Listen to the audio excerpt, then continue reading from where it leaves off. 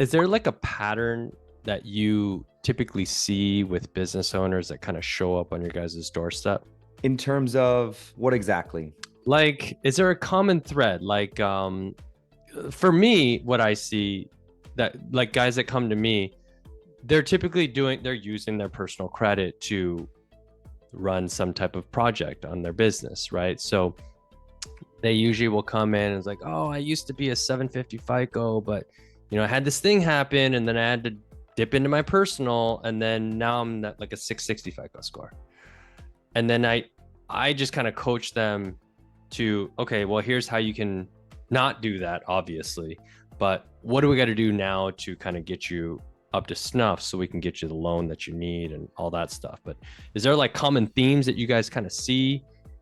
Yeah, I mean, one thing Like we that? we see quite common, and it's makes it a bit more tough for us, but a lot of people will try to do business funding themselves, and they watch some YouTube videos, they think they understand the process, they go try to apply for things themselves.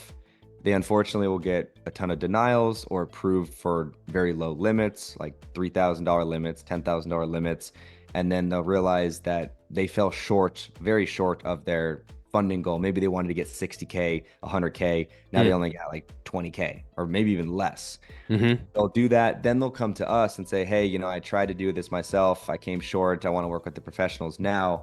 Um, in that scenario, we're still going to be a massive help for them. But because they just did all those applications so recently, it becomes a little bit more difficult to go back to those banks to get the funding. And so that's why Okay. I would always recommend to people, like, if they're talking to us, it's like you want to go to the professionals first to have that confidence to do it right. Because if you do it wrong, it's going to cost you a ton of time. You're going to have to wait several months to go back to that bank. So if you get denied at Chase, we have to wait several months, and then eventually we can help them get that 50K 75K approval, but they're Mm-hmm. just burning time at that point. Oh, okay. Yeah, I was gonna ask you, like, how do you handle multiple rounds? Like, let's say, somebody, they can only qualify for 50K right now. Can you bring them back? Are you waiting 3 months or 6 months for it to kind of season a bit until you guys go to the banks, and then do you go back to the same bank, or does it have to always be a new one? So it really depends on doing a second round. It depends on the results of the first round. If we get approved for every single bank the first round, we can get some additional cards on that second round, but the balances of those first cards will play into the strategy. Mm. However, if someone has two business entities that we can do funding on, we'll actually do funding on both of those businesses at the same time. Some banks will get multiple cards Wow. for based on having multiple businesses. Others we won't.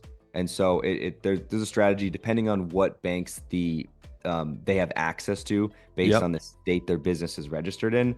There's some banks that having two businesses will allow us to get more funding for them. So you could do, like, if somebody has ABC Construction and I don't know, XYZ Consulting, you can do 2 rounds at the same time, same business owner. Exactly. At some banks, it's beneficial too. It's beneficial. Does that Yeah. count as one inquiry or? Sometimes, yes. Some banks are only doing soft pulls. Oh, One of wow. one of the banks we go to that will allow us to get several cards in a row if they have multiple businesses will only do soft pulls. Most banks do hard pulls. Sometimes they combine them in one because we'll submit the applications at the same time. Sometimes it's two, kind of hit or miss. Wow. And so are you guys submitting these deals like through like an online application, or you're actually like talking to a relationship manager guy that's like gonna run this deal and put Yeah, it so together? that's actually one of the big reasons why we are so successful in what we do, because we do have relationship managers at a lot of the top banks.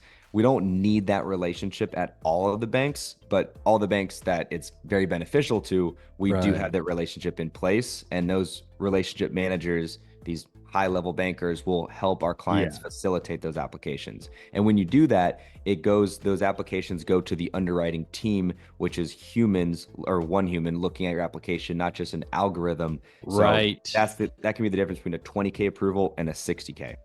I can speak to that. I mean, that's like in the equipment and working capital world, the relationships go so far, you know, like even deals that get declined, I'll call my guy up and it's like, hey, I think you guys might have missed something on this thing. Like, let's just take a look at it again. Or what other documentation can I maybe collect to strengthen the deal? And you're like, oh, okay, well, if you can get this and that for me, maybe we can get it through. Or maybe we can get them a smaller amount, you know, but you can turn a no into a yes with relationships. Exactly. So that's so huge. Yeah. That's awesome.